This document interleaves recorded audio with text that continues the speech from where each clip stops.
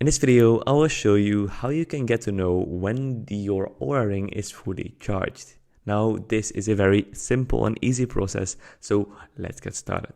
First, open the Oura ring app, and then in the top right corner of your screen, you will see the Oura ring logo, or at least a ring icon, just like this. And as you can see, my ring right now is connected, and the battery level is at 100%. So by this little icon, as well as by the battery level, you can see how much your ring is charged, and if it's if you need to charge it or anything else.